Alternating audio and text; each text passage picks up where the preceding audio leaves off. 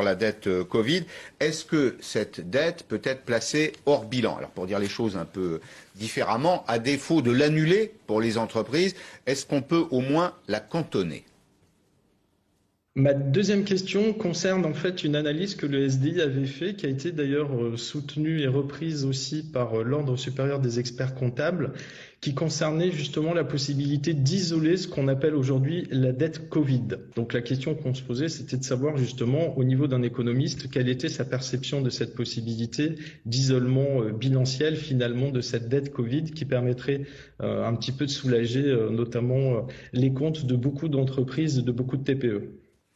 Alors, bonne question. Est-ce qu'on peut la mettre à part? Est-ce que ça peut être une dette hors bilan? Voilà, il y a deux choses. Il y a la dette de l'État et il y a la dette que les entreprises ont. Il parle des entreprises. Oui, des entreprises, oui. Donc, donc essentiellement les PGE, donc tous ces prêts qui ont été lancés il y a un an maintenant, puisque les premiers PGE ont été... Les banques commencent à écrire. Hein. Voilà. Elles commencent à écrire ou à téléphoner aux commerçants. Voilà. Aux petites entreprises, enfin toutes les entreprises, quelle que soit leur taille, pour leur demander quel est leur calendrier prévisionnel de remboursement. Exactement, oui. Et d'autant plus que il y a un certain nombre de gens qui disent que derrière cette dette, en fait, donc il y a ce qu'on appelle la zombification de l'économie, c'est-à-dire que au nom de l'urgence, on a laissé survivre des entreprises qui étaient avant la crise, qui étaient en situation délicate et qui étaient plus ou moins condamnées.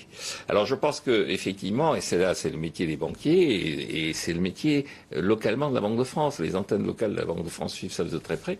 C'est une espèce effectivement de faire de tri entre les entreprises zombies qui de toute façon auraient été condamnées et à qui il va falloir demander un dépôt de bilan, et puis les entreprises dont on sent bien qu'elles étaient en situation relativement solide, qui ont perdu des fonds propres et sur lesquels je pense que la bonne solution c'est d'isoler effectivement cette dette Covid.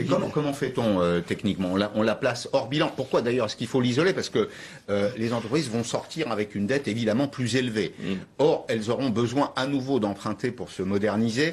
J'ai eu l'occasion de faire plusieurs numéros de Périscope sur le vieillissement du capital technique, du capital technologique en France. Quand on a des machines périmées, on produit mal. Oui, on produit à des coûts de production qui sont élevés, on est très rapidement hors marché. Donc le fait de réinvestir n'est pas une option, c'est une nécessité absolue. Totale. Mais on ne vous prête de l'argent que si vous avez une structure bilancielle. Enfin, c'est comme des particuliers. Si vous êtes déjà endetté jusqu'à la gorge, personne ne vous prête de l'argent. Oui, je crois qu'il y aura un effort à faire à trois niveaux. C'est au niveau de l'État pour voir comment il va traiter ses PGE. Et puisque d'ailleurs Bruno Le Maire, là aussi, avait annoncé qu'éventuellement une partie serait transformée en fonds propres, qui peut être bon. Le deuxième élément, c'est de la part des entreprises elles-mêmes, justement, de dégager des fonds propres. On avait des entreprises qui étaient dans une situation de faiblesse des fonds propres. C'est-à-dire que, notamment du fait que les taux d'intérêt étaient très bas, il y en a qui se sont endettés en se disant il vaut mieux s'endetter vu le niveau de taux d'intérêt que de se constituer des réserves. Et donc là, je crois qu'il y a, pour les entreprises, il va falloir des plans de reconstitution des fonds propres extrêmement clairs et précis. Et puis, il faut s'appuyer sur les banques. Je crois qu'il n'y aura pas d'autre solution que de demander aux banques véritablement leur avis. Pour répondre à la question de M. Sanchez, je pense qu'effectivement, on ne peut pas traiter ce qui s'est passé de façon normale. On était dans une situation anormale. Il faut répondre par des décisions un peu exceptionnelles à des situations normales. Mais tout le monde devra faire des efforts. Il ne faut pas se faire d'illusions. Il n'y a pas d'argent magique, pour reprendre une expression désormais célèbre.